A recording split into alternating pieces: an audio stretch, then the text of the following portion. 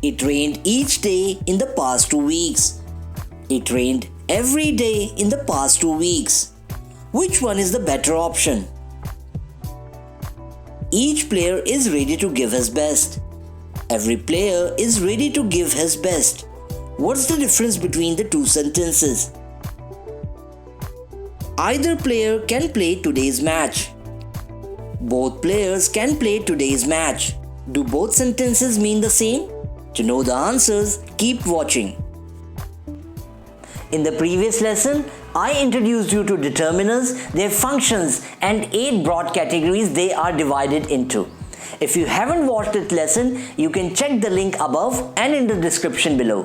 From this lesson onwards, we will study each category of determiners in detail. The determiners in focus in this lesson are possessives, demonstratives, and distributives.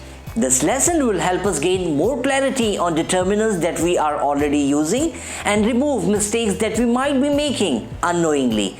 It's going to be an enjoyable, entertaining, yet informative lesson. Friends, my name is Hemant Singh Rana and you're watching Enliven English, making the language entertaining, lively and functional. So let's get started.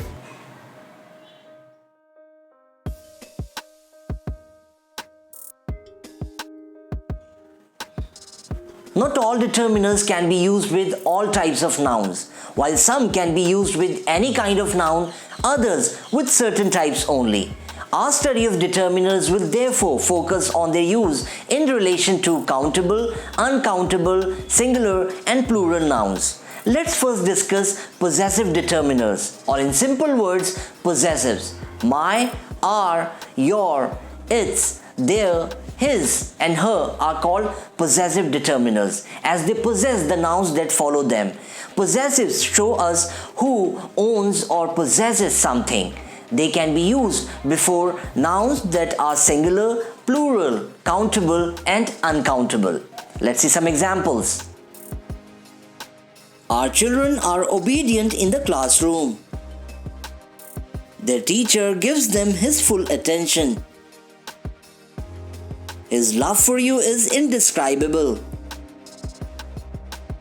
We appreciate you for your generosity. One thing to remember is possessives as determiners always come before nouns. When they come after verbs, they become pronouns. For example,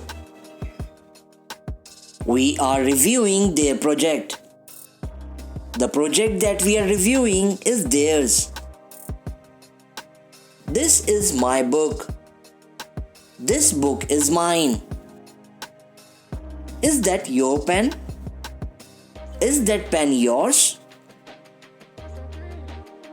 This, that, these and those are most commonly used determiners as they demonstrate or point out whether an object or a person is near or far in relation to the speaker. They are called demonstratives.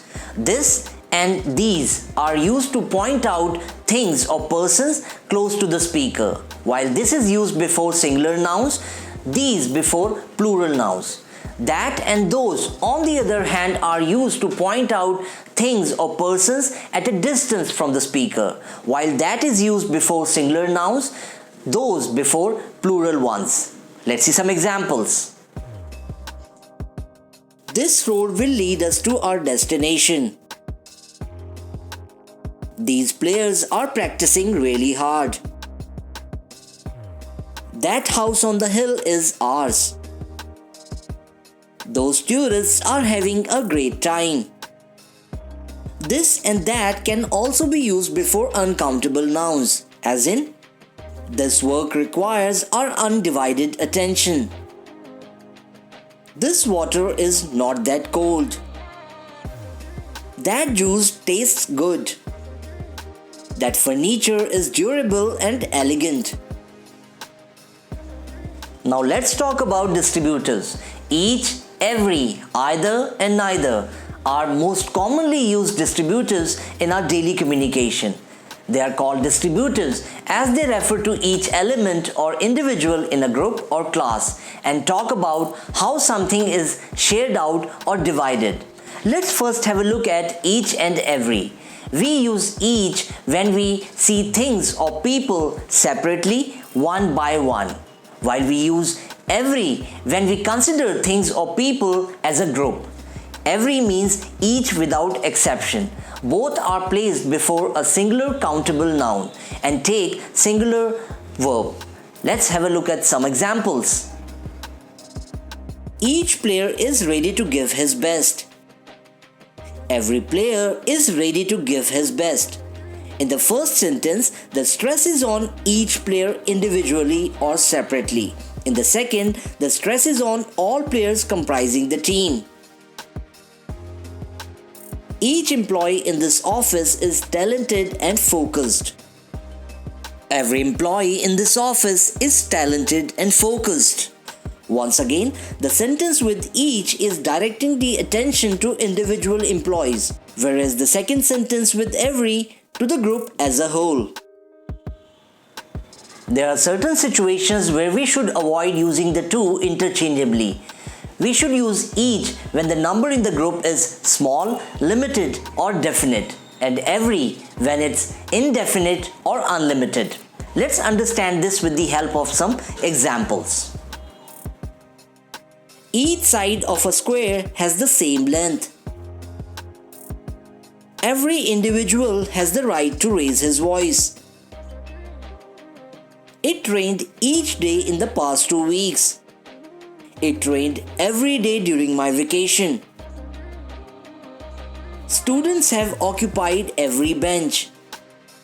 5 students have occupied each bench. We can also use each and every together to make sentences sound emphatic. However, this expression should be used in sentences where more than 2 persons or things are involved, as in, each and every employee is focused on the challenge at hand. Each and every student is working hard to get good grades. Each and every person is listening attentively. One more thing we need to remember is, while each can be used as pronoun, every can't be. If we want to use every as pronoun, we have to use it with one and as 2 words. Every one to mean each one. Let's see some sentences. Each of his team members is present in the room. Every one of his team members is present in the room. Each of them is doing his job perfectly. Every one of them is doing his job perfectly. Each and every one of us is aware of the rules. Now let's see how we can use either and neither. Either means any of the 2 persons or things. Neither is the opposite of either and means none of the 2 persons or things. Both take singular countable noun and a singular verb. Let's see some examples. Either parent must take care of the child. Neither road leads to the destination. Either employee can do the job. Neither employee can do the job. As determiner, either also means both or each of 2, as in, there were trees on either side of the road. There are high rises on either side. She entered the library with books in either hand. There are stairs at either end of the mall. If you're wondering how to choose between either and both, the answer is not difficult. When 2 things complement each other and are considered together at the same time, we opt for both.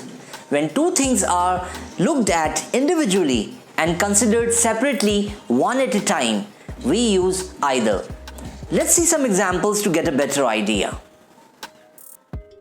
Either player can play today's match. Both players can play today's match.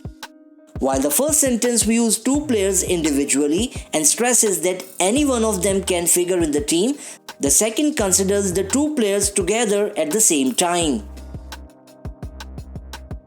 You can take either medicine.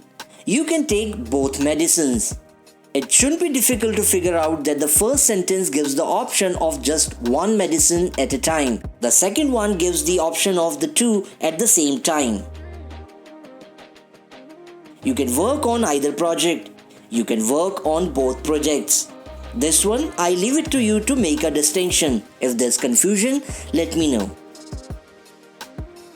So friends, that's it in this lesson. If you have any confusion or doubt, you can always leave your query in the comment section below, and I'll try my best to have it answered at the earliest.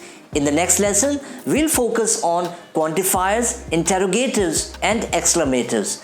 I'll be back with you soon. Till then, keep learning, keep growing. Goodbye.